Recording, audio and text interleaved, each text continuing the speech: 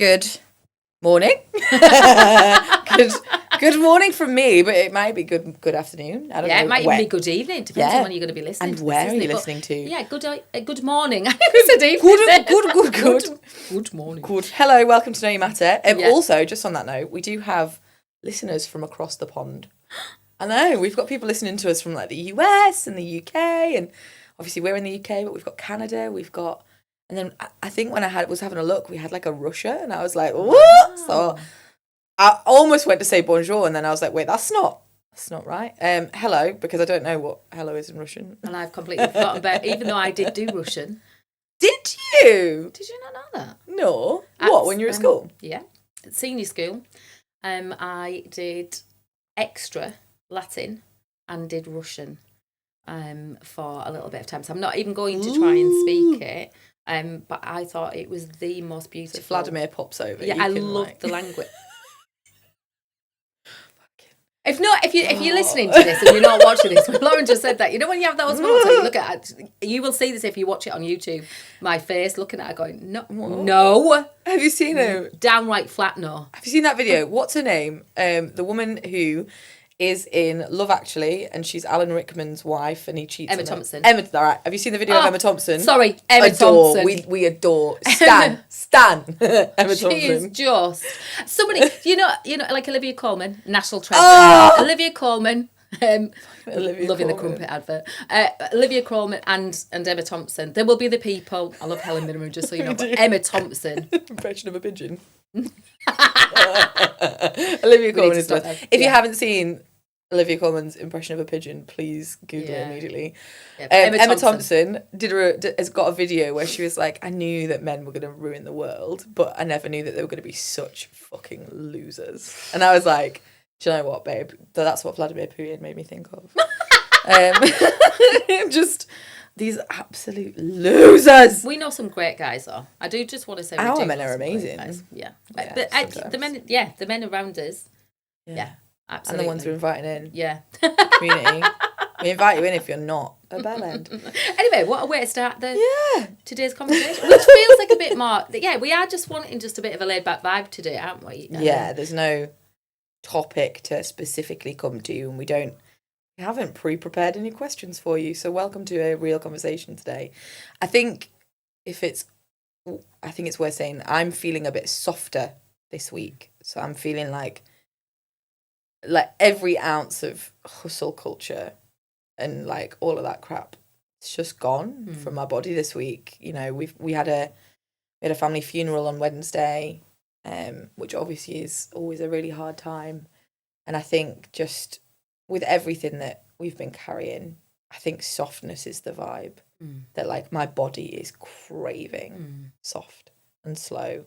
And like I was saying to Mum that I drove home from the funeral on Wednesday, and sometimes when I don't drive with my son in the car, I drive a bit I can't say the word. I don't want to say that word on the podcast because I know I could drop the F-bomb, but I think the C-bomb might be a little bit too far. Let's not go that one. But I drive like a bit of the C-bomb, and I said to Mum that like I was driving home and I was going like 67, like I just couldn't be bothered. Just couldn't be bothered. Like couldn't be bothered with the overtakes. Couldn't be bothered fighting the people who were going 90, down in the outside lane. I was just watching them all like, bye. Can I just say something that I know, because obviously we'd had a little bit of a conversation before we came into recording this, didn't we? Yeah. Something that I noticed that you said though was that you had on one stretch of the road, first stretch, you had felt like the safe stretch, expelled a lot of energy, and I think that was a big thing that is really important. Yeah, I shouted at like a few people on that first stretch. And I do just think, let it out. I mean, obviously I'm not advocating for lots of road rage. I think though, because of the energy that was in you, and there was no risk in what I did, just to be really clear, and I definitely didn't drive dangerously. I just yelled at anyone who cut me off. And I think it's that, isn't it? Came up my bottom.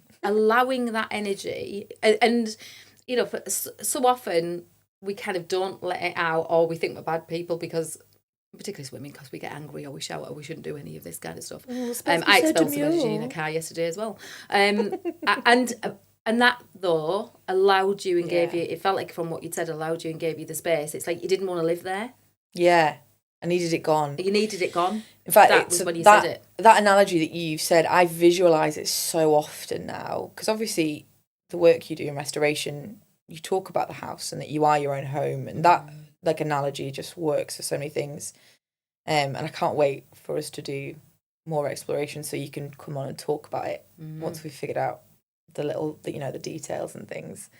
But you always said that the interesting thing about emotions is that it's not that we should keep the door closed to them, because that doesn't work. They just bang on the doors and oh my gosh, I just had the best analogy ever. Did you? Yeah, because I was thinking about like if you are your own home, right, and these emotions are like little raccoons. Raccoons? Yeah, that's what I've got. So like your anger and your jealousy and your bitterness and like all of these frustrations and things, and that what we would call, not as in we, but as in like humans, and we're like, they're the bad emotions. They're the ones we don't want to feel, right? So if we shut the door and we don't let them in, then what happens is they dig under the foundations and they get into the trash cans and they make fucking carnage. A bit like when we were on holiday and that badger wouldn't leave us alone. Oh my gosh. Food. Yes, exactly like that. We had a badger sneak into our tent when we were younger, and it's a family story now. It's hilarious. But yeah, exactly like that. So they'll try and get in. Whereas if my raccoons come to my door and I just open the door, and it's uncomfortable, right? Because I don't want to see them running around my house. But they run around our house, they steal the pizza from the pizza box on the side, and then they fuck off out the back door because the back door's open. That's the point.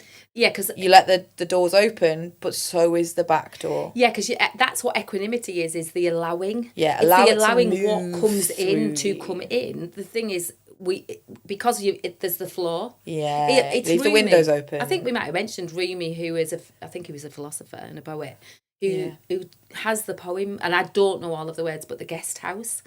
Yeah, this house is a guest house, and it's like that's very much how he saw emotions. They were like guests, and some of them are unwanted.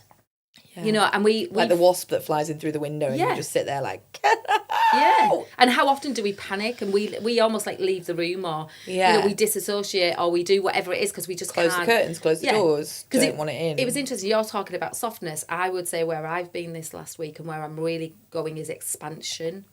To allow space for whatever's in me to be there, and to be able to even just look at it and think about what's been going on for me and how I'm feeling. So I think it's interesting that we're both in our own way noticing, rather than fighting against it. Allowing it to be there, because that for me is the bit. I read something this morning about anxiety, and it was I think she was a therapist, and it was her take on how sometimes people can use practices to kind of almost shut it down.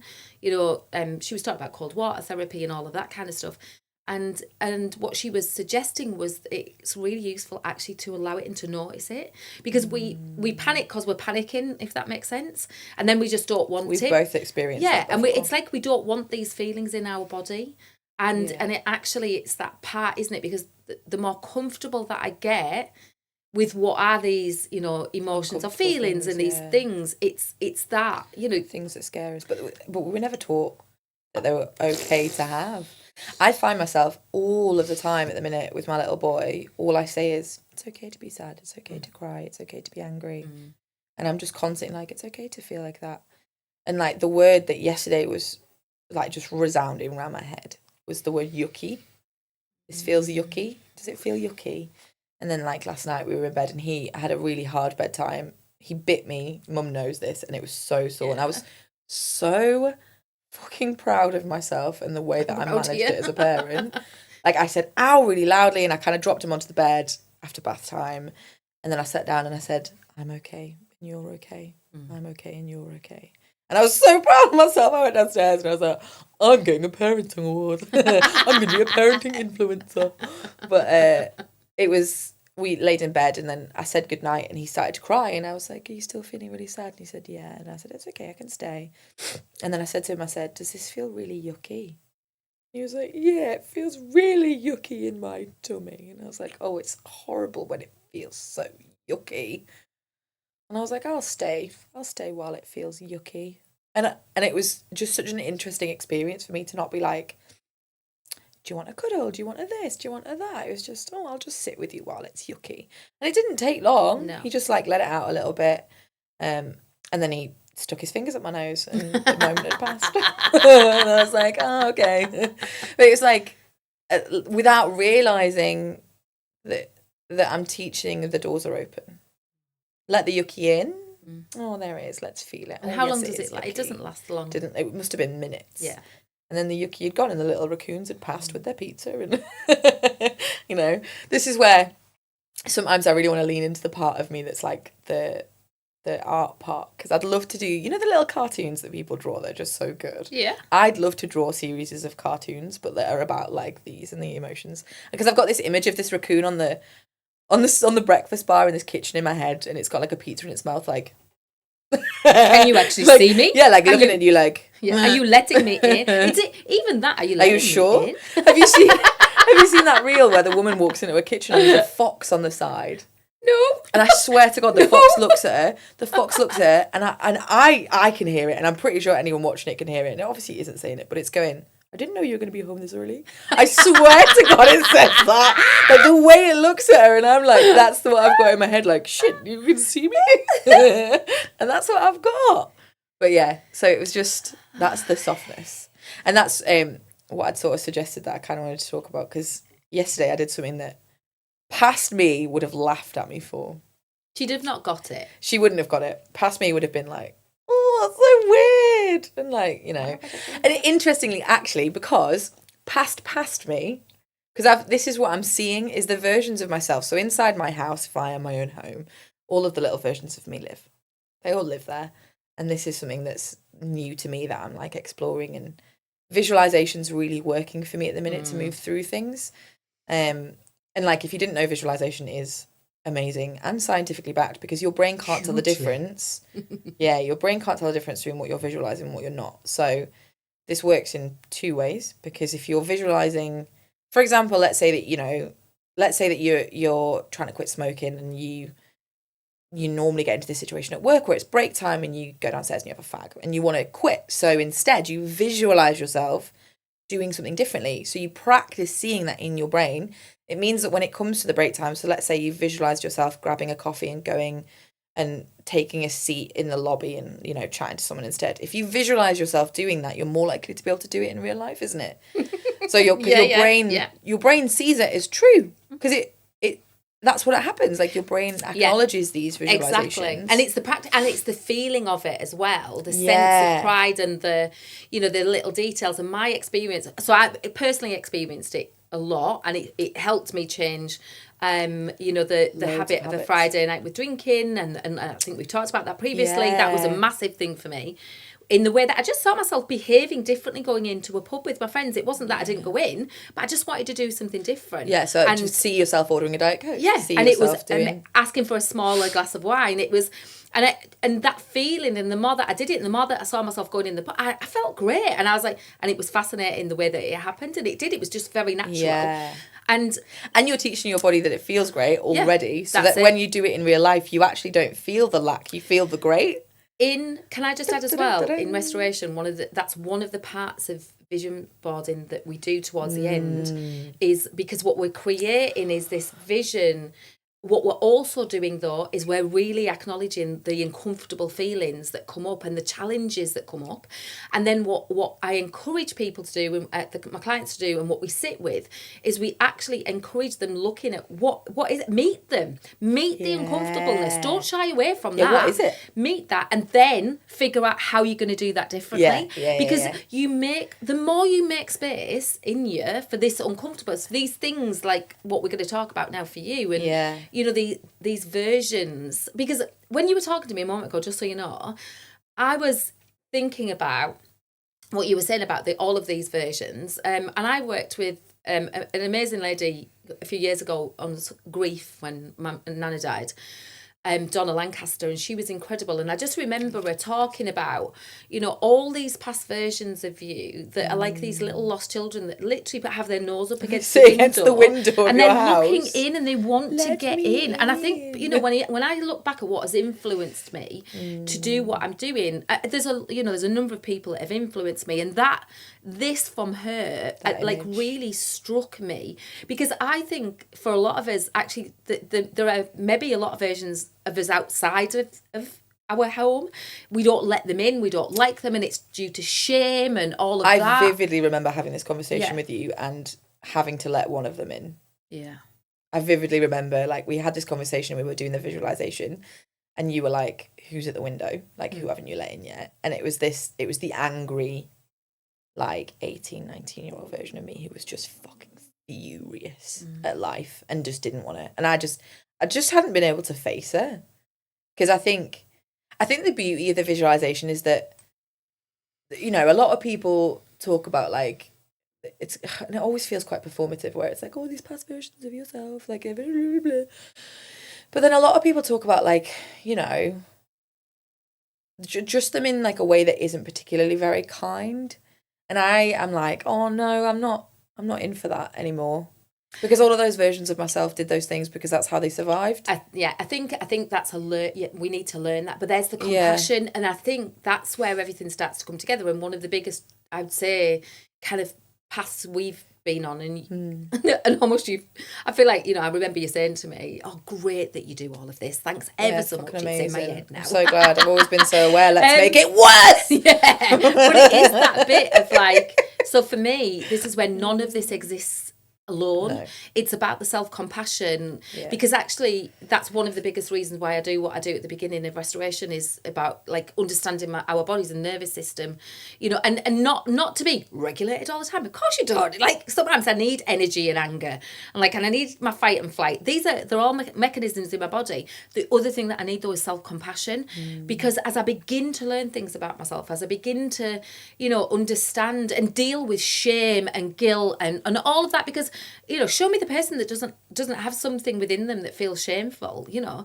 And it's that, actually, when I think about people that I've worked with, and you know, it's such an incredibly privileged position when people share something that they've never told anybody else, and maybe have never said anything like that out loud, and to witness that and to be with it and sit with it, and what is it about that, and you know, a bit like you've just said a moment ago with Arlo, not feeling the need, I don't need to cuddle them, or, you know, we're not putting a plaster on, we're sitting with it, because you know, actually that's where it begins, and not everybody's ready for that, and I do think that it comes in waves and layers, and that's why you always are in control of everything that you talk about. You know, when you walk into a coaching room with me, you're the one that's leading it, not me. You know that. There were a lot of rooms in my house. And that's it. that I did not want to explore yet. Yeah, exactly. And maybe, and there probably still is boxes in the loft that I'm still not ready to look at. I was talking to a potential new client the other day, and we were chatting about, you know, how potentially there's the basement or the cellar, depends on where you're listening.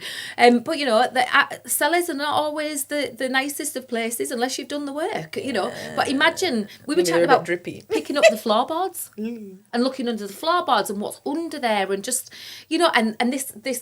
She's got this, like, peekaboo. Yeah, and this person, and it was a guy I was chatting with, and this, how that whole, like, that person just being ready if that's what they want to do. And yet I've worked with people that I know they've said to me about, you know, things in the attic, and not sure about whether or not they're ready to go and look at that yet, and maybe they're not on this go round. Yeah, it needs to be later. So that for you, I know that this was such a big thing, and being able to watch that for you, though, and like even just sit across from you today, when, you know, I know how you spent yesterday, and we're going to talk about that, because I really do want you to share, you know, what that felt like to honour 6-year-old you. Yeah. Because that's who appeared to you, didn't she? As in, who you could feel. Yeah, so to add context, so I obviously we were at the funeral on Wednesday, today's Friday, so yesterday was Thursday, and I'd given myself the day off purposefully. I knew that I was going to need it, and I walked the dogs because I wanted to be free to do nothing for the rest of the day, and I went home and I could feel, at that point I didn't know what I felt, but I just had this overwhelming urge to go and climb into bed and close the curtains, so I did, and I climbed into bed, closed the curtains, and I started doom scrolling. Pardon me. And I was on TikTok and I was doom scrolling, and I know now that I was 100% hiding from what was going on, but that's what I was doing. And I was really lucky because I follow a woman on TikTok, and I'll find her video and see if she's on Instagram, because you need to follow her. She's just amazing. And she's reparenting herself.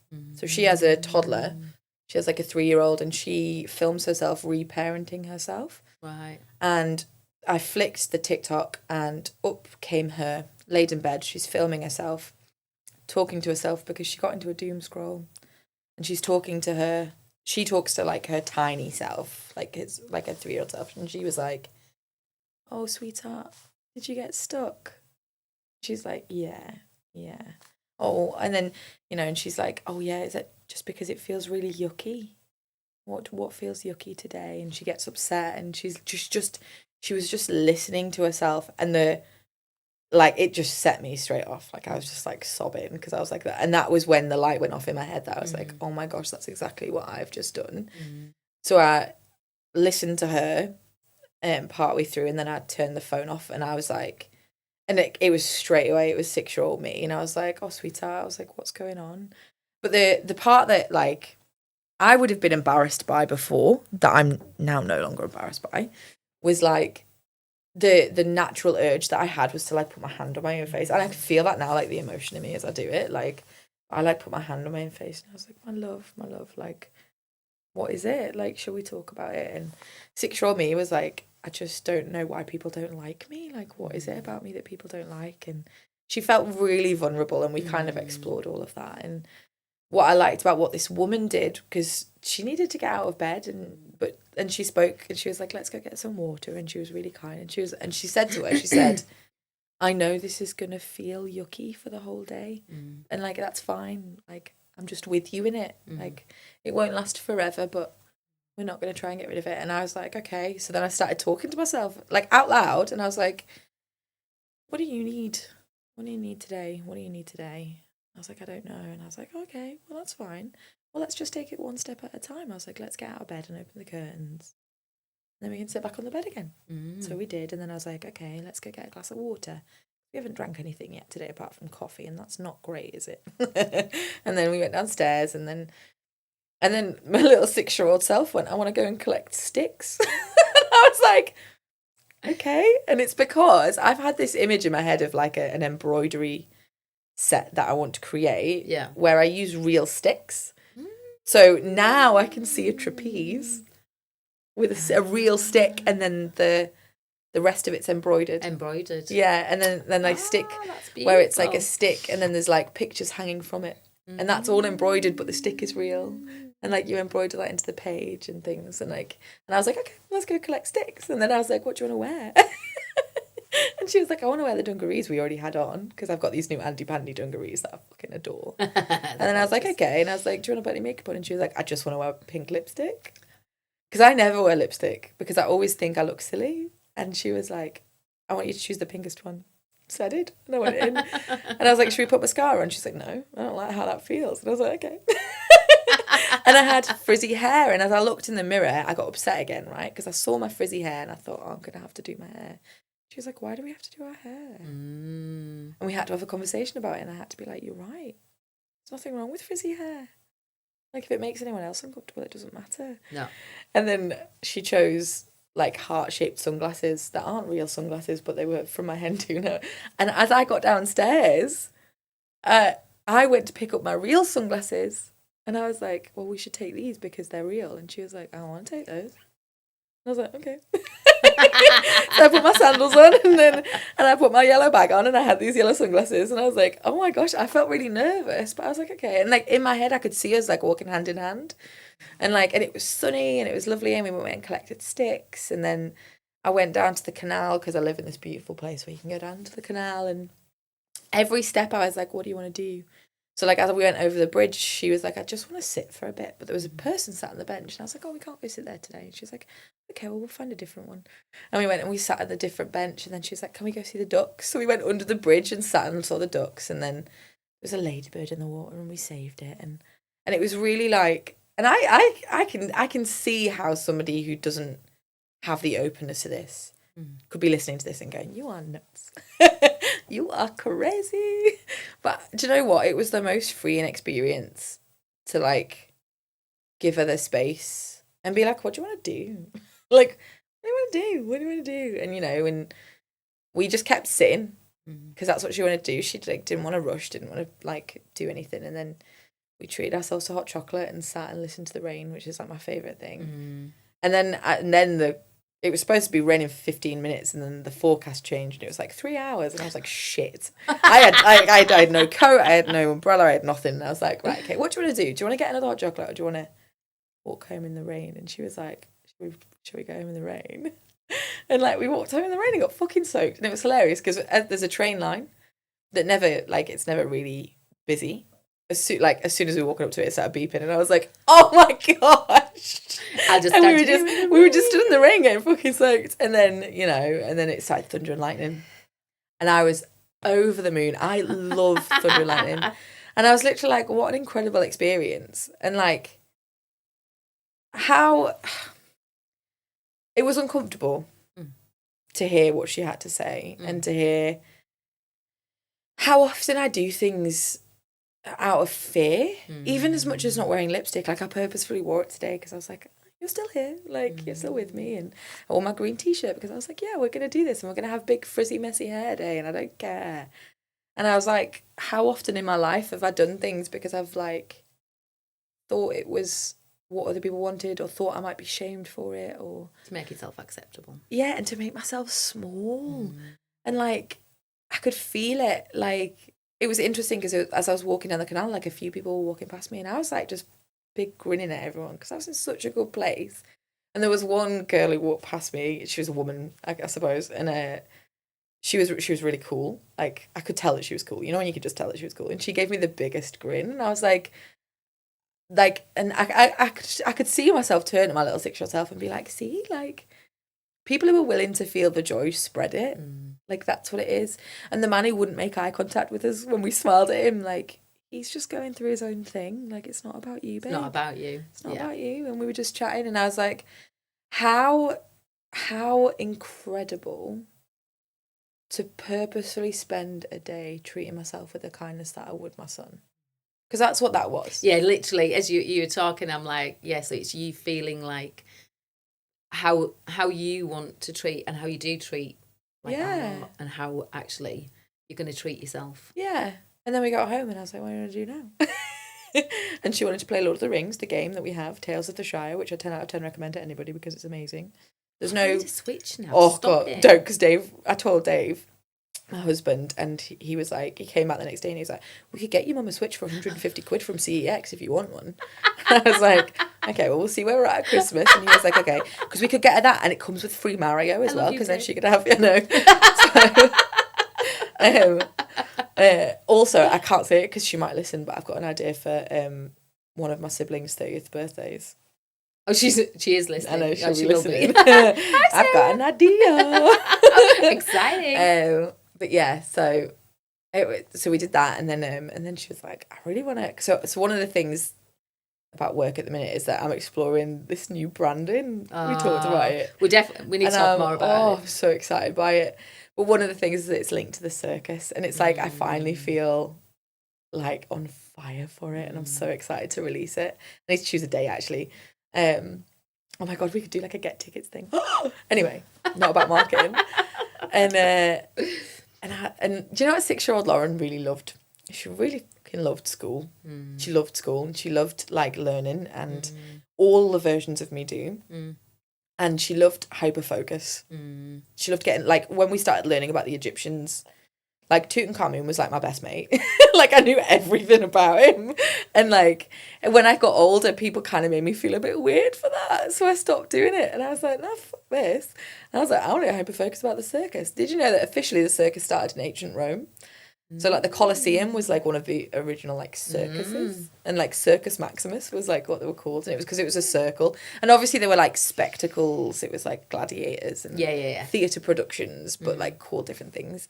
And then the circus as we know it now was started in like the 18th century, in the 1700s, and it was horse riding acrobats. So basically, the guy who did it, I can't remember his name, like Lavage or something, he built like a circular amphitheatre, and you do horse riding in it, but you do acrobat on the back of a horse. I can literally see it. Yeah, I know, like men like doing handstands on the backs of horses and things, and that's how it started. And then it has expanded to what it is now, and went through all of the P.T. Barnum stages, and there have been like some horrific moments and stuff like that. And do you know what I need you for, actually? is the clown. You know which one I mean, don't you? The one that was on the bedding at Nana's house. What, the Piro? Don't let me forget that word, because I didn't even know what to Google to find it. Okay. But that vibe is what I can see in my head. So the black cab. The black cab with white, the black dot. With the little black dot. The outfit. The big ruffle. So if my friend, I'm not sure if Nicola listens, but we've giggled about that just recently because we both had the bedding. Yeah. And all of that kind of stuff and things on the wall and stuff like that. But Piro, yeah. So obviously, as you can hear, 6-year-old Lauren got her wish. I'm so sorry you said clown and I wasn't thinking Piro. I don't know what you were thinking. No, I feel like I don't want to mention Pennywise here. But, oh, God, no. Not horrible clowns. I did find, I almost bought it, actually, the Stephen King book. I haven't read it. No, I don't think I can. No, I don't think my nervous system can. Oh, I don't know. Actually, for you, I don't know. I'm not a massive horror vision, like a horror. I think because, so this is interesting, because earlier on I talked about there's two sides to visualization, right? Because obviously what we talked about is amazing, but the other side to visualization is when you visualize horrible things, your body goes to those places. Of course, yeah. So I've always been like, I'm not really a daydreamer. And I had a thought the other day, this is so weird. I was in the shower and my brain started taking me on this journey. What I had an epiphany of, and I was like, oh, that's a daydream. But it's not a daydream. I have day nightmares, because my brain took me off on this little journey where for some reason my car was in the way of my neighbours getting a summer house built, and I had this vision of my car being in the way and her just coming into my house and coming into the bathroom and being like, I need you to move your car. And she would never do that. She would never do that. I don't know what, but my brain went off on this journey, and then I felt the stress of being naked in front of someone, and I was like, what are you doing? What are you doing? And that's what my brain does. It takes me on these journeys. Like I'll be walking past someone and I'll be like, what if their dog bit me? And then my brain imagines it, and I'm like, hang the fuck on, Lauren. Because then my body's in the stress of this. And I'm like, babe, no wonder we're so panicky. That's the reason why a lot of people, a lot of things you see where they talk about, really be consciously aware of what you're thinking. Mm. Because we can put ourselves into a place of stress. So and sometimes I don't believe it's intentional. I think, when we're not consciously aware of it, then that's where we go. And these things, and I think that's a little bit different, because I also think that, just so you know, it happens to me. There'll be moments, but I think. But then your husband comes home from work, and I see this, right? My husband comes home from work, and then I'm in a mood with him, and he's like, what? And I'm like, and he's like, have you had a stressful day? And I'm like, no. Just a stressful day, nightmare. I've had a stressful head, because my head's been telling me all these different things. But yeah, I thought that was really because women are wired differently. I do think that is something, and we'll talk about that on another one. So I've been reading some stuff about that. But yeah, women, we're wired differently. Coming back to it, because I do really enjoy films and a stuff. Good thriller? Not hot thrillers. I like the mind thrillers. Yeah, so mind Shutter thrillers. Island with Leo. But yeah, so that made me think. And the book is. I remember. So I was introduced to James Herbert and Stephen King at the age of 16. Went to do psychology, and Michael, who was one of the other students, great guy. And I always remember we went into the town after we'd been at college. And he was like, do you want to come into a W Smith? We'll go look at some books. Let's see, blah, blah, blah. And he was like, have you read any of James Herbert or Stephen King? And I was like, no. Not a clue. How are they? And he started this most amazing not knowing journey. Who Stephen King was. That's wild, at 16 I didn't. I know. Bearing in mind that's 4 years, nearly 40 years ago. So he thought the first book I bought was The Magic Cottage by James Herbert. Super. It hooked me. Is it scary? Ish. I think that's a good one to start with, The Magic Cottage. So I start from that one. And then there are some ones of James Herbert's that I couldn't really get into. They get very graphic, and that's not me. No. But this, that little bit where it just messes with your mind a bit, and you're like, oh, is it really? It's like because you at the minute with T.M. Logan. Oh. And I have some of the stuff. But, and Claire Douglas. Oh, I don't know. Maybe the Claire Douglas one's the ones that I can read, but T.M. Logan, everyone that I've tried to read, I've had to stop halfway through and be like, my anxiety is too high. Yeah, I know the people are reading it. So the Dream House, And the reason I got It's that because one it's in the park. because it's set in the park in Yeah, Nottingham. yeah. So I was like, I can see where he is. In fact, but other ones are in Nottingham as well. I have. I love his work. Because these are all things I've tried to read in the last few months. I've decided to come off the pill because it is fucking with my mental health. And I've read, like, I've been tracking this really bad. So obviously I went in February. We talked about the medical thing before, and I went in February, and the guy was like, look, let's try this. It was the last pill I could try because we've tried all the other ones and they all cause like migraines and headaches and stuff. And I don't want to try other ones again because, you know, they just cause things like chest pains and like my anxiety. My mental health is not good on the hormonal pills, like, at all. Anyway, so I've been tracking like, and I know logistically that it's only been a couple of days because yesterday was the first day I didn't take it, so I haven't taken it yesterday and today, and I already don't have chest pain, and I've had chest pain for the last 6 months. Like, and that's just crazy to me. So anyway, so maybe the point of that is that I'll try You'll be able to read the again, books again because I won't have just the underlying constant I anxiety. can also, because I know we were talking about 6-year-old you, but I can 6-year-old you going, I'm not sure I want to read I this, wanna but read it. older version of you's going, 15-year-old me is do. going, wait, but we love reading. I think that's the thing, isn't it? But, Yeah. I mean, yeah. Just so yeah. So I wanted to share that like 6-year-old me thing because I, you know, there will be a video because I recorded it because it was so cute. Probably lots of videos because it's really good content. But yeah, it was. I think in the past I've just been so against like so much woo. You know, a lot of people call it woo, and I think the point is that I found control in black and white thinking. Like, I found safety in black and white thinking for a very long time. You know, I'm a physicist. I love maths. I love right answers. I love, you know, being able to be right. And I think because I've always felt different to other people, that actually there's a safety in that, because it's like I never know if something I was going to say was wrong. And it was one of the things that I realised yesterday, because we were walking along and I was listening to the birds and I was thinking about how cute it was, and my brain took me back to when I was probably around 6 years old and I'd started brownies and we went on a walk up the hills. And walking back down the hills, I was walking with the adults because I was really afraid of breaking bones as a kid. Don't know what it was, but I was terrified of it. So all the other kids were running down the hill, you know, the grey path, the big one in the hills. And the other kids were all running down, and I didn't dare because I could see myself tumbling, and I was scared of it. So like I was stayed with the adults. So a day nightmare already. Day nightmares from being so young, yeah. Like, and I could see it and I couldn't like get past it. So I was walking with the adults and it went quiet and I was listening to the birds, and little tiny me was like, isn't it so nice when you can hear the birds? And they all laughed at me. And they mocked me for it as a little girl. And I was tiny, you know. And if Ezra, who's 8, said that to me now, I'd be like, yeah, oh my God, that's so cute. Oh, I love that. I'd like to think I wouldn't have ever mocked you for that as well. We'd have sat in the garden and we did. Yeah. I was mocked for being like, oh my God, it's really so hard to lovely. hear these things as your mum. I know. It's really. I always think that must be hard, but when I talk about little Oh. versions of me and you can see 6-year-old me. Yeah.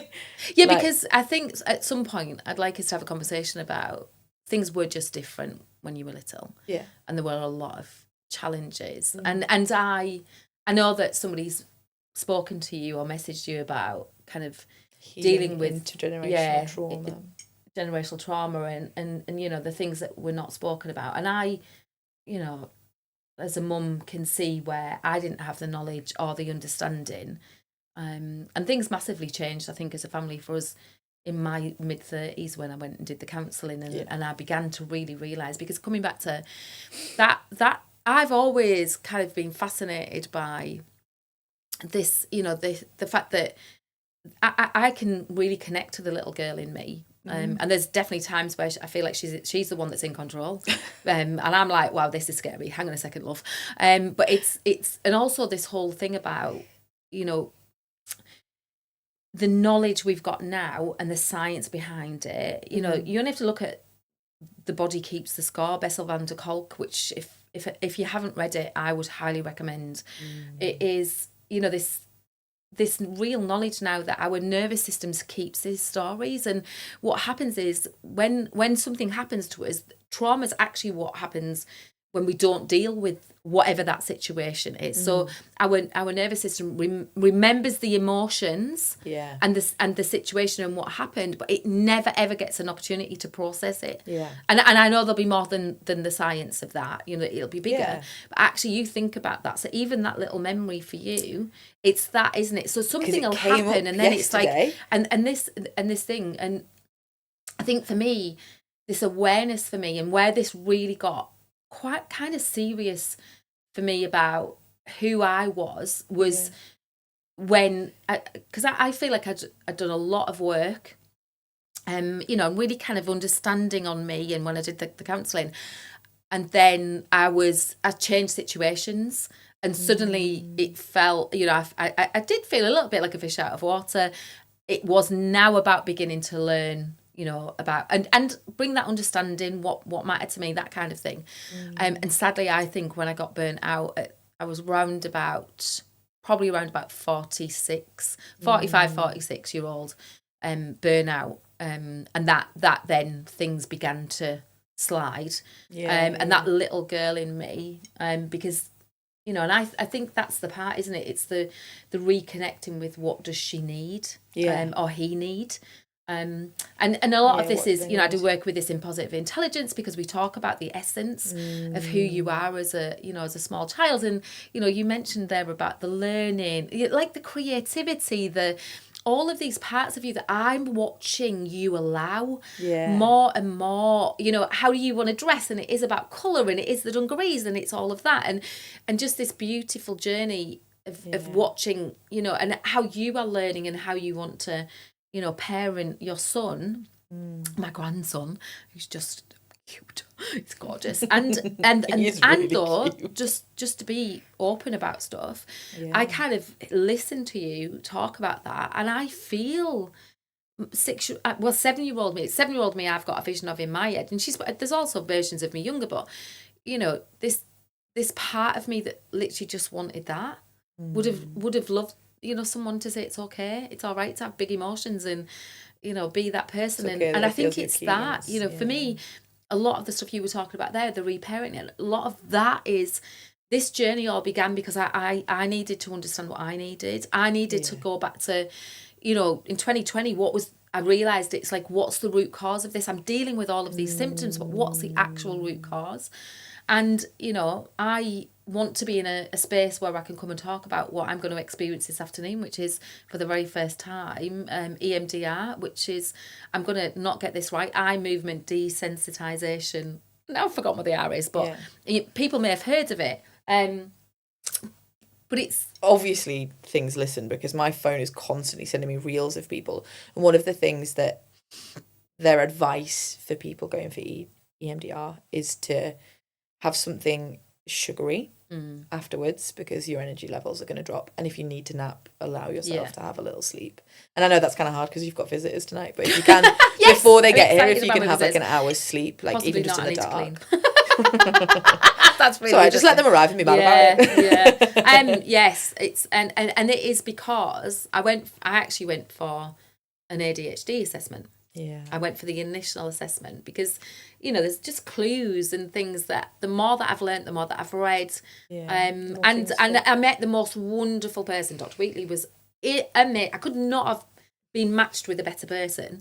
She was just incredible. And, you know, through that process of realising that actually there's not just potentially now traits of ADHD, that's what she's seeing, that actually there's complex trauma, PTSD, and there is also, you know, the challenges of the menopause. So, you know, that whole thing for me, that again, I feel a little bit like I'm going into another layer.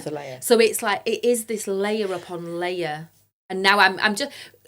Can I just share the visual of the spiral, actually? I did just want to say, I was literally just going to say, like, and I think this is so important for people to hear, because I think, you know, we're two women who work in, I never want to say that we work in the wellness space, because we're not part of that, you know, 7 billion, whatever it is, 600, I don't know, where it's like taking money from people because they're not good enough, you know, like fucking Gwyneth Paltrow. I am enough, thanks ever so much. It's Yeah, tattooed on my arm. Here, if you don't feel good, put a jade egg inside your vagina. Like, no, like we're not part of that side of like wellness, you know, in inverted commas. But it's like actually just the wellness of who you are, and it's the fact that you are someone who helps people find their worth, and you're still going on the spiral.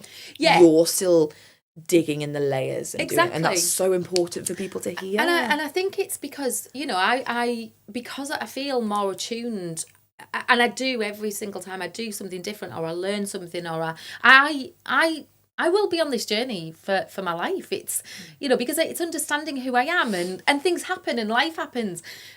The biggest thing for me is that it needs to come in waves, so it's not continual. So I feel like I've come into another wave, and it's actually, what am I now learning?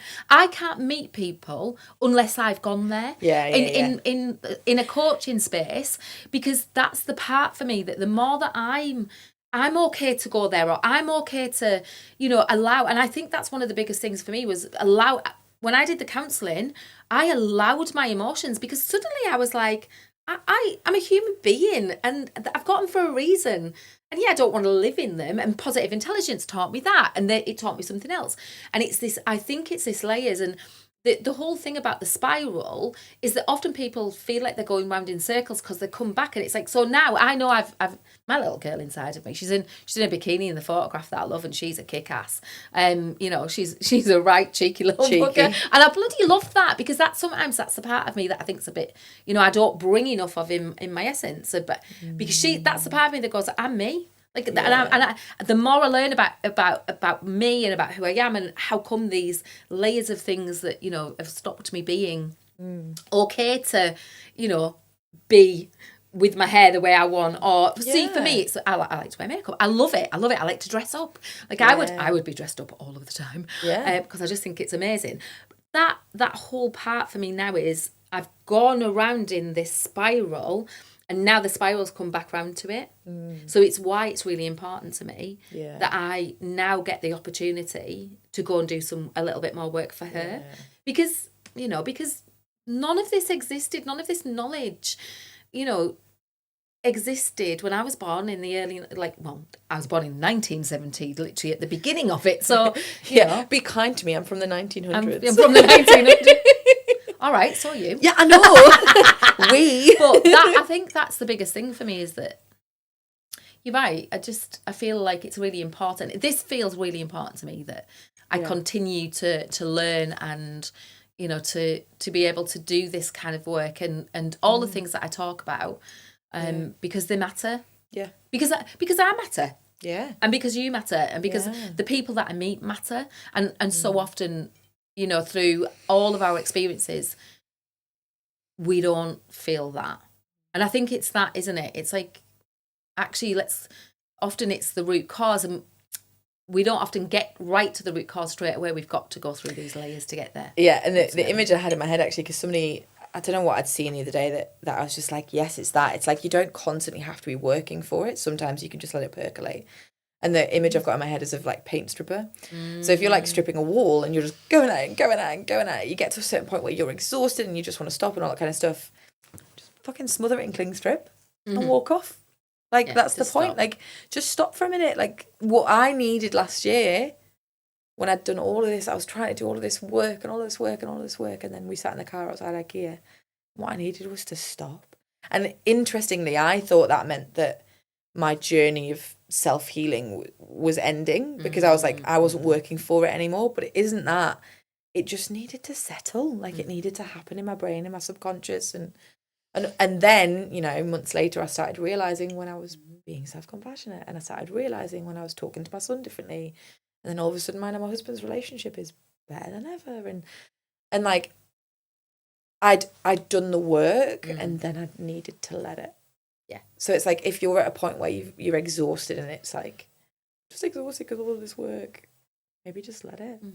Just stop a second. Like, you know, Einstein's best theories came when he went and got a job as a waiter, like, and stopped thinking about them. And also walked. I think that was a big being outside, definitely. So yeah, so I'd love to invite people to think about their inner child. Yes, I asked people like, what would your inner child want to do? Like, I totally recommend it. And somebody had messaged me being like, she just wants to go outside and pretend to be a witch and play in the mud. And I was like, a wise woman. Do you know how could that you do that? Sounds... How could you do that? Yeah. Like, could you do that? Can you find you a way? Permission to do it? Yeah, because that's the thing. It's like, oh, I don't want it. And okay. See, this is my little girl comes in. Can I just tell you something that I want? I was telling somebody about this the other day. There was a reel on Instagram. And this little girl is in her bedroom. And you know in IKEA where you get those rolls where you've got all of the paper? Yes, I've got one. It was on the wall, right? It's attached to the wall. And now what happens is she pulls the paper down, pins it down at the bottom, or blue tacks it to protect the walls. She's got a protection thing behind it. But she pulls it down and now she just paints like that. And then it gets ripped off and now she can go do what she wants. But she literally, I was like, how do I get that in my office? So actually, so I saw how this works the other day, because you can buy, if you get a little curtain rod, a thin curtain rod, yes, and you get hooks that go over your door, you can hang the curtain rod in the door and put the paper on the door, so then you don't have to touch other walls, and you can just pull it down and do it on the door. So I saw that happen as well. I need to restructure my office to allow 7-year-old me to do all of these things. I wonder why I went for an ADHD diagnosis. I need to redo my office again. She says as someone who... her husband comes home and she's fucking redone the whole house. Anyway, so I'm going to call that time. Yeah, I'm not sure how long we went today. Thank you for joining us. A little bit. 50 minutes. Oh, yeah, thank you for joining. I feel like today was a little bit of a different energy, but it was a really much needed energy, I think, for us. We'd love to hear from you, as always, and we shall see you next time. Goodbye. Goodbye.